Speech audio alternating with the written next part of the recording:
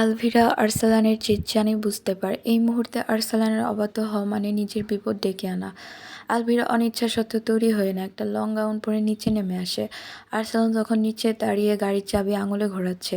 আরসালানের পরনে এখন একটা দামি কালো শার্ট, যা আরসালানের রাজকীয় ভাবমূর্তিকে আরও বাড়িয়ে দিচ্ছে যেন। আরসালান গাড়ি স্টার্ট দেয়। আলভিরা পাশে বসে বারবার জিজ্ঞেস করে, কোথায় নিয়ে যাচ্ছেন আমাকে?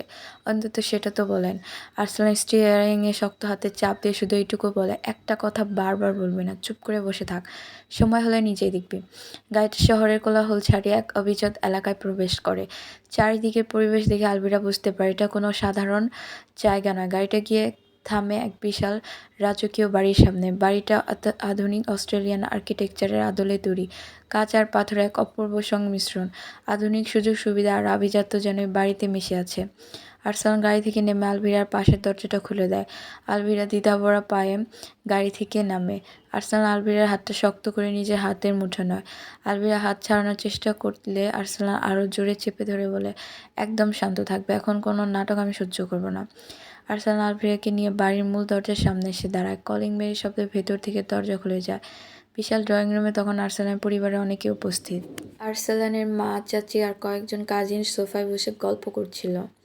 হঠাৎ আরসালানকে এক অচেনা মেয়ের হাত ধরে ভেতরে ঢুকতে দেখে সবাই পাথরের মতো স্তব্ধ হয়ে যায়। পুরো ঘরে এক পিনপিন নীরবতা নেমে আসে। আরসালানের মা সোফা ছেড়ে উঠে দাঁড়ান। তার চোখে মুখে বিস্ময় আর অবিশ্বাস। তিনি আরসালানের দিকে এগিয়ে এসে কম্পিত স্বরে প্রশ্ন করলেন, আরসালান, তুই তুই হঠাৎ এই মেয়েটিকে নিয়ে এখানে? কে এই মেয়ে? আর ওর হাতে তোর হাত কেন? আরসালানের চাচি আর কাজিনরা একে অপরের দিকে তাকাচ্ছে। যে আরসালান বিয়ের নাম শুনলে আগুন হয়ে যেত, যে বাড়ির বড়দের হাজার অনুরোধে কোনো মেয়ের দিকে ফিরে তাকাতো না, সে আজ নিজে এক মেয়েকে সাথে করে নিয়ে এসেছে। ও আলভিরা, আমার স্ত্রী, আজ থেকে এ বাড়ির বড় বউ। আরসালানের এই এক লাইনের ঘোষণায় মনে হলো পুরো বাড়িতে একটা বোমা ফাটলো। আরসালানের মা থমকে যান, কাজিনদের মুখ হা হয়ে যায়। কেউ বিশ্বাসই করতে পারছে না যে আরসালান কাউকে না জানিয়ে বিয়ে করে বাড়িতে নিয়ে আসবে। আলভিরা নিজেও কিছু বলতে যাচ্ছে, কিন্তু আরসালান হাতের শক্ত বাঁধন মুখ খুলতে দিচ্ছে না। এই স্তব্ধতার মাঝে হঠাৎ সোফা এক কোণ থেকে তীব্র আক্রোশে উঠে দেয় আরসালানের কাজিন সামাইরা। সামাইরা ছোটবেলা থেকে আরসালানকে নিজের সম্পত্তি মনে করে এসেছে। পরিবারের সবাই জানতো আরসালান যদি কারোর সাথে বিয়ে হয় তবে সে সামাইরা। আরসালানের মাও মনে মনে সামাইরাকে এবারে বড় বউ হিসেবে কল্পনা করতেন। সামাইরার চোখ দুটো রাগে টকটকে লাল হয়ে ওঠে। আরসালানকে পাওয়ার জন্য বছর পর বছর অপেক্ষা করছে। আজ আরসালানের বাইরের এক মেয়েকে তার স্বামীর স্ত্রী হিসেবে পরিচয় দিচ্ছে। সামাইরা হিতাহত জ্ঞান শূন্য হয়ে আলভিরার দিকে তেড়ে আসে। কি বললে তুমি আরসালান? এই মেয়েটা তোমার বউ? তুমি একে বিয়ে করেছো? সামাইরা চিৎকার করে ওঠে। সামাইরা আলভিরার খুব কাছে গিয়ে আলভিরার দিকে হাত তোলে।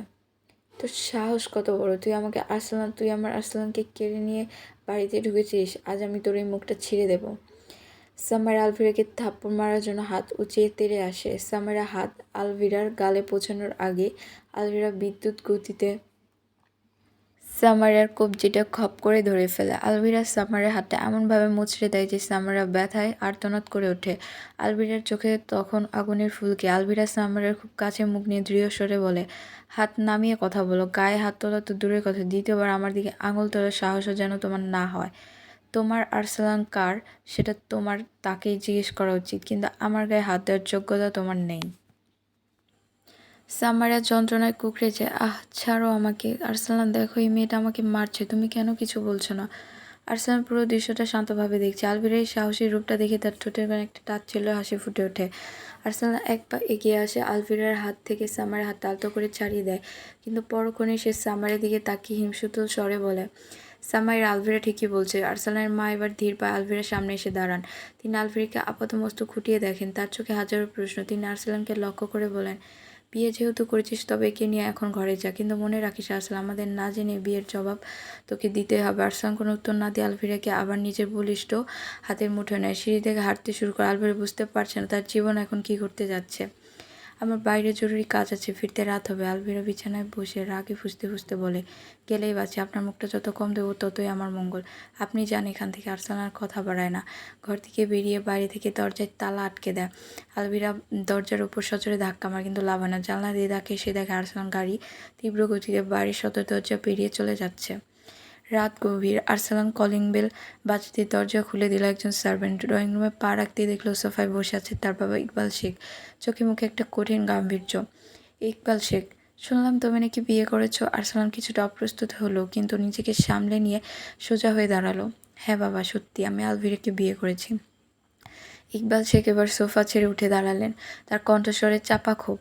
বিয়ে করলে কেন? আলভিরার বাবা আমাদের সাথে যা করেছে তার জন্য তাকে ধ্বংস করাটা আমাদের পরিকল্পনা ছিল, কিন্তু এই বিয়েটা তো আমাদের পরিকল্পনার মধ্যে ছিল না। তুমি তো জানো সামারের সাথে তোমার বিয়ে হওয়ার কথা, তার জায়গায় তুমি এই শত্রুর মেয়েকে তুলে আনলে কেন? বাবা, আমি ভেবেছিলাম ওকে এই বাড়িতে এনে বন্দি করে রাখলে ওর বাবার উপর প্রতিশোধ নেওয়াটা সহজ হবে। ভুল ভেবেছো, এই বিয়ে আমাদের সামাজিক সম্মান নষ্ট করতে পারে। শোনো আরসালান, আমি কোনো অজুহাত শুনতে চাই না। তুমি আলভিরাকে দ্রুত ডিভোর্স দিবে। সামারের সাথে আমি তোমার বিয়েটা আমি ঠিক সময় দেবো। আরসালান বাবার কথা অবদ্ধ হতে পারলো না। ঠিক আছে বাবা, আমি তাকে ডিভোর্স দিয়ে দিব। নিজের রুমের দিকে যেতে যেতে আরসালান কেমন যেন অদ্ভুত লাগতে শুরু করলো। মনে মনে নিজেকে বারবার বোঝাচ্ছে, এটাই তো স্বাভাবিক, আলভিরাকে তো আমি ঘৃণাই করি।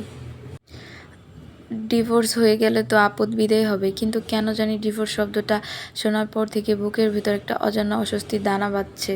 রুমে ঢুকে দেখলে আলভিরা বিছানায় এক কোণে গুটিসুটি মেরে শুয়ে আছে। চাঁদের আলো মুখের ওপর পড়ছে। তাকে দেখতে খুব শান্ত আর অসহায় লাগছে। আরসালান আলভিরার দিকে তাকিয়ে রইল। বাবার ঘর থেকে বেরিয়ে আসার পর আরসালান মনের অস্থিরতার জন্য আরও বেড়ে গেল। সে ধীর পায়ে রুমে ঢুকলো। আলভিরা গভীর ঘুমে আচ্ছন্ন। বিছানায় একপাশে সে গুটিসুটি মেরে শুয়ে আছে।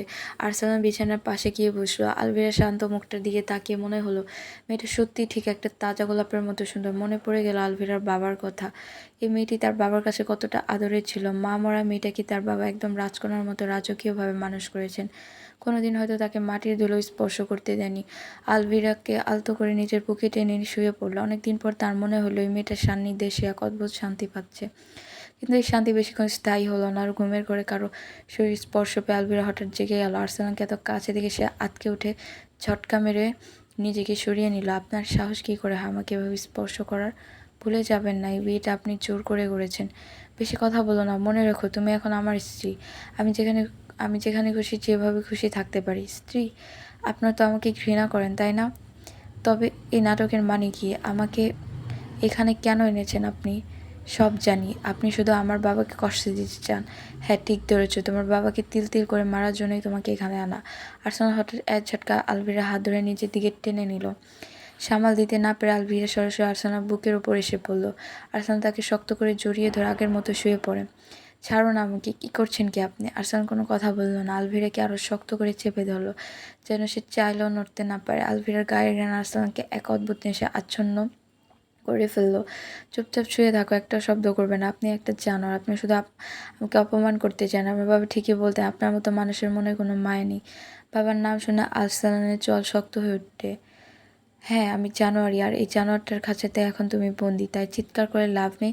আজ রাতটা এভাবেই কাটাবে। আলভিরা বুঝতে পারল আরসালানের জেদের কাছে তার শক্তি কিছুই না। কিছুক্ষণ ধস্তাধস্তি করার পর ক্লান্ত হয়ে শান্ত হয়ে গেল। আরসালান আলভিরার ঘ্রাণ নিতে থাকে। আগামী কয়েকদিন সে থাকবে না, চলবে।